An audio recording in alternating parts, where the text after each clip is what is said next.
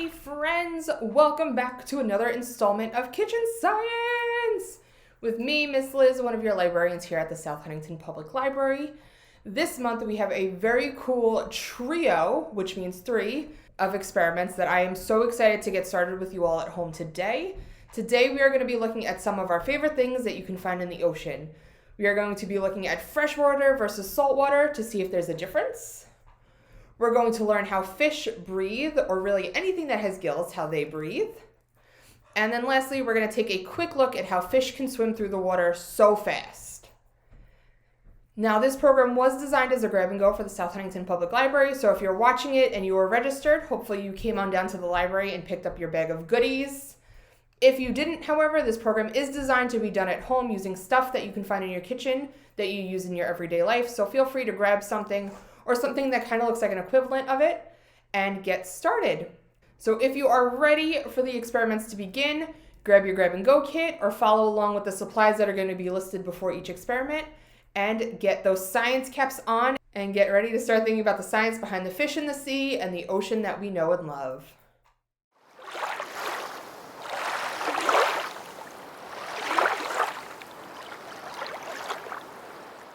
Alright, so our first experiment is going to be saltwater versus freshwater. What you're going to need that was included in your grab and go kit for this experiment are those small plastic beads.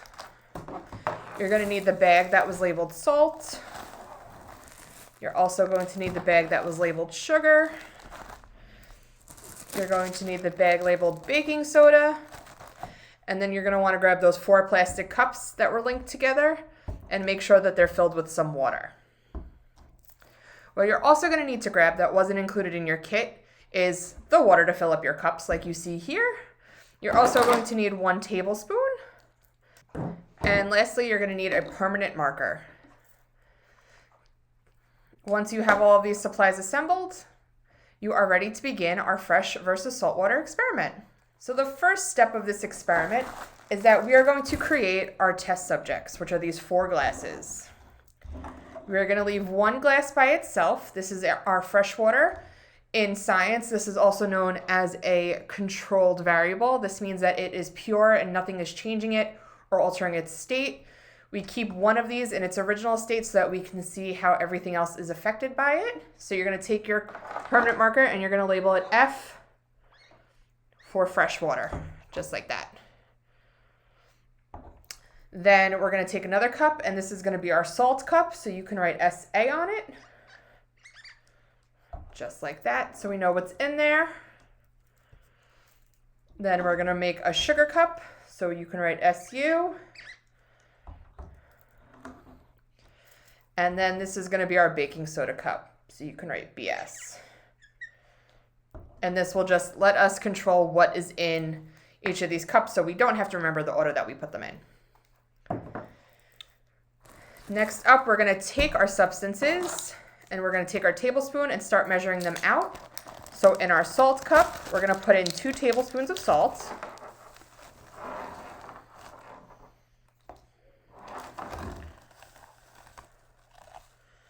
And then you can use your measuring spoon if you want and kind of stir it so that it dissolves a little bit in that water.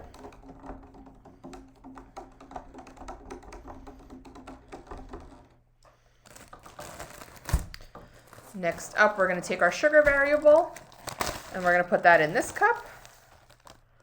So once again, 2 tablespoons to make sure everything is even across the board. You can take your spoon and stir it up.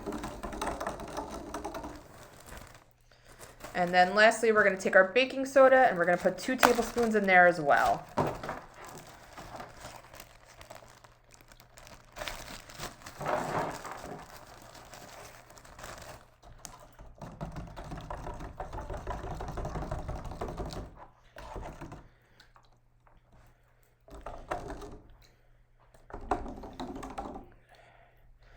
Once you have all of your substances mixed together, we can start putting our beads in to see how they react. Now, before we put them in, a good thing to do as scientists is to hypothesize or guess what we think is going to happen when we drop these beads in. So before we put them in, what I want you to do at home is think about what may happen. So if I throw this bead in the fresh water, do I think it's going to sink or do I think it's going to float? I personally think it's going to sink, but you may think differently at home. Once you have an idea, you can drop it in and see what happens. Now, if you can see, my bead is floating. But if I push it down, it will sink right to the bottom. Next up, we have our salt water. What do we think is going to happen? Is it going to sink or is it going to float? I think this one is also going to sink. Let's see what happens. All right, so once again, like the fresh water, we put it in. Now, if I push it down, what happens to it? Does it sink to the bottom? Nope, it still floats at the top. How cool is that? Now you're going to take another bead and we're going to drop it in our sugar water. And before we do that, are we going to think it sinks or think it's going to float? I think this one is going to sink. Let's see. So you drop it in. It floats a little bit. Let's just push it down and see what happens. Does it rise back to the top? It does. Interesting. And then lastly, with our baking soda, what do we think it's going to do? Sink or float? I think this one's also going to float. Let's see. All right, so it's floating to the top. We're going to push it down. Now, the reason that we're pushing it down just a little bit is because we are using beads. So if you notice, there's 2 holes on the side. So that's making it float just a little bit more than we would want it to. If you don't have beads at home, you can use stuff like grapes, eggs, anything that's little, a gem, a rock. Not really a rock, don't use a rock. But anything that's kind of plastic and a little buoyant. So we can kind of test them, push them down, and see what's still floating. And our fresh water is the one that's still sunk to the bottom. Now you can repeat that again if you want. You do have more beads in your kits to see if it's just a fluke. Drop some more in there. And see what happens. Push them down.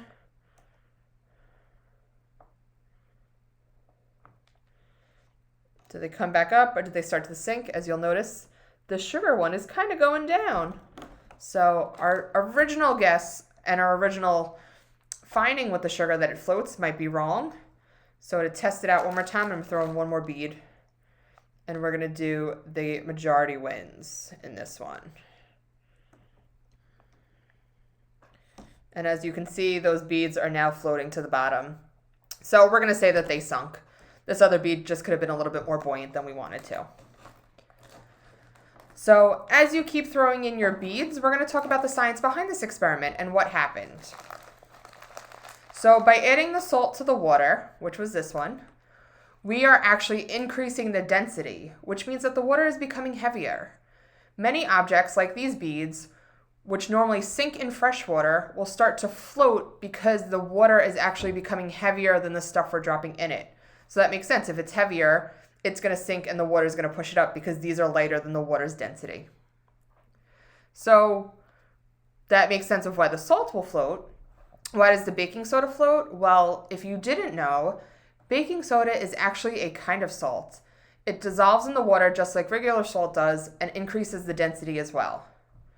However, baking soda has another property that gives it a little bit more of a surprise, which you can figure out if you want to keep experimenting.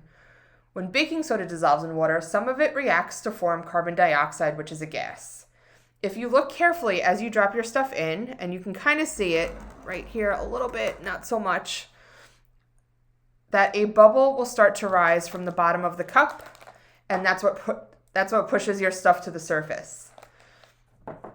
In order for this to work, though, you do need to add just the right amount of baking soda, which you can keep doing by adding in more, a tablespoon at a time, because your beads will start to hover in the middle and go more towards the top. Over time, those tiny carbon dioxide bubbles will actually attach to our plastic beads and acts almost like a tiny life preserver, which carries the bead to the top of the water. And it's so cool if you watch that process, if you want to start it and keep going and try it out. But like I said, you can keep playing with it. You can keep adding more stuff to it. You can push those beads down. But that's just the science behind the fresh water versus salt water. Stuff sinks in fresh water because there is nothing in it that's making it heavier. So stuff will sink because it's heavier than the water is. But as you add in salt, you're increasing the density and the heaviness of the water, and that is why stuff will float to the top. So think about it when you're in a pool. If you go in a pool and you hold your nose and you hold your breath, you sink to the bottom of the pool, right? However, when you're in the ocean, you start to float to the top, and that is because the ocean is salt water and most pools are fresh water with chlorine. I know there's saltwater pools out there, but for the most part, we're going to go with pools of fresh water. So keep playing with that. Keep discovering what happens. Like I said, you'll see with the sugar, they sink to the bottom. And then we are going to move on to our next experiment, in which we learn how fishes breathe.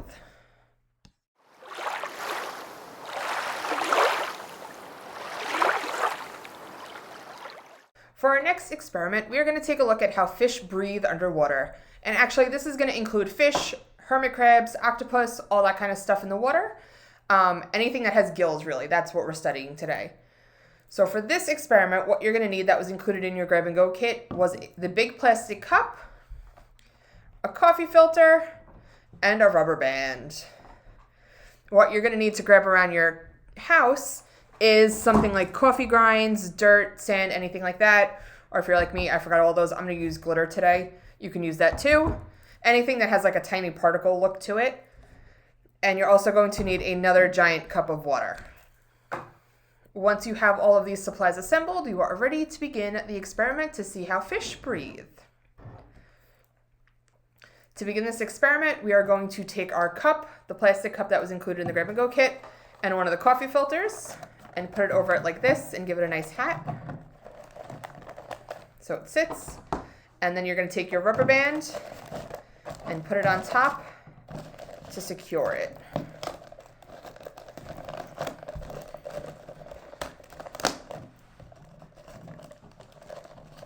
So make sure that your rubber band is right below the lip of the cup, and then it goes around. Yes, this is a very fancy hat that we gave our cup. And now this is what acts as our fish gill. Next up, you're going to take your cup of water that you have, and you're going to put in your coffee grinds, sand, dirt, or like I said, glitter. Mine's not going to show up as well because it's white. And you're going to sprinkle it in. You could see it floating on the top. Then you can take a stick or a spoon, or I'm going to use a marker because that's what's next to me, and kind of stir it in. Just to kind of get it a little dirty in there.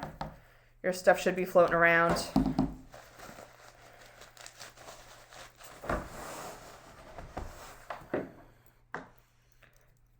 And then you're going to carefully, now if your grown-ups around, they may help you with this, or if you want to do this over the sink or over a bowl, that might be your best idea. That's what I'm going to do. You're going to carefully pour your dirty mixture on top of your coffee filter like this and go very, very slow. As you pour that water over, just make sure to give it time for the water to settle in your cup.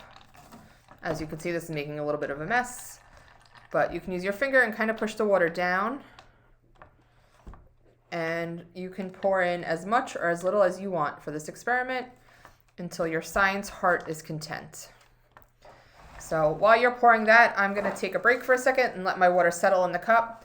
And we're going to talk about the science behind this and learn why fish breathe.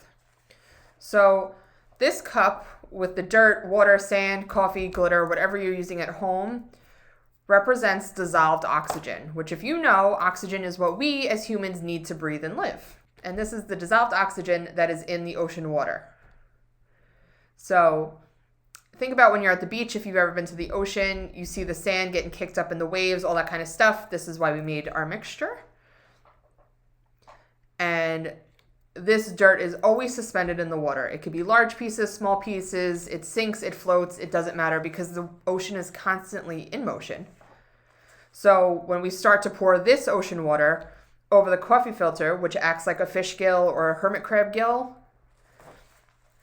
what it does is this gill is catching all of the oxygen and it's pulling out the water as the water passes through the gill.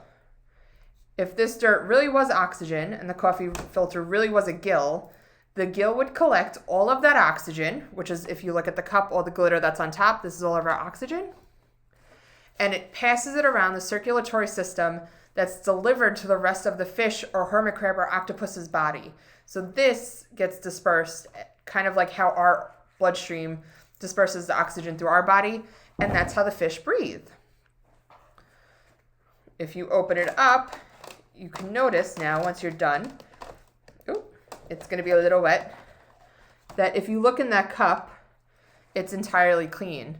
So our gill took out all of that oxygen from the water and was able to pass it around the body, and it disposes all of the stuff that the fish don't need.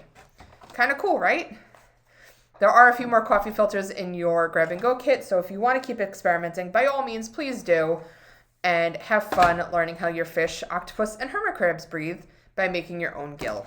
After you're done playing with this experiment, we are going to go on to our last one of the day, and we're going to take a look at how fish swim.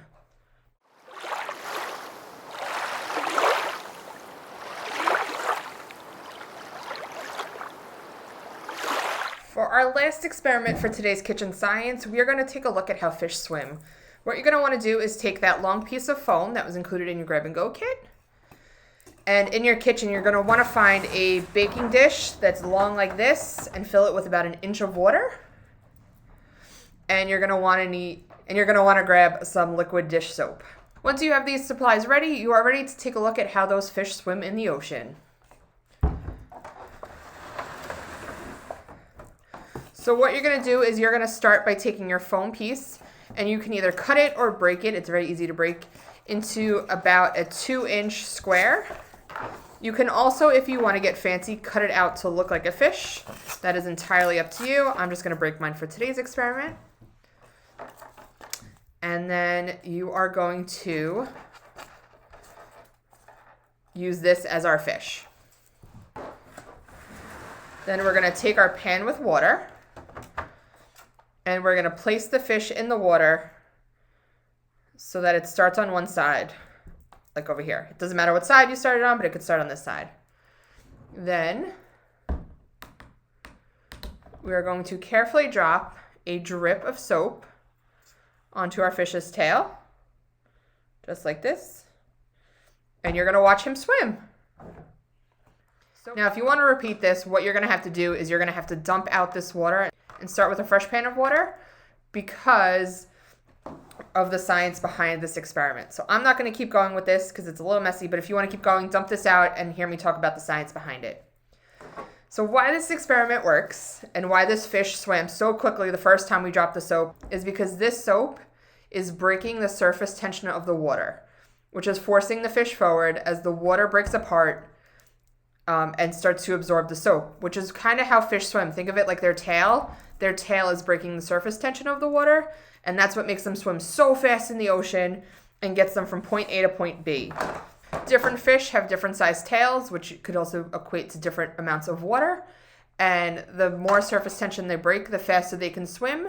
So if you want to keep playing with this experiment, feel free to use more soap and have it go. And like I said, every time you do it, just keep dumping out your pan of water to see what happens.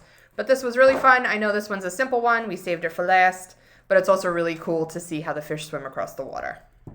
Thank you all so much for swimming down and joining me for today's Kitchen Science Experiments Fishy Fun. I hope you had a fantastic time learning about some of the science behind the ocean and our friends that can be found in it. If you did these experiments at home and took any videos or pictures, or have any questions about the science behind these experiments, please feel free to send me an email at the email address below. I would love to hear from you all. On behalf of the South Huntington Public Library, we miss you all so much and we can't wait to see you soon. Take care, have a great day, and keep sciencing on. Bye!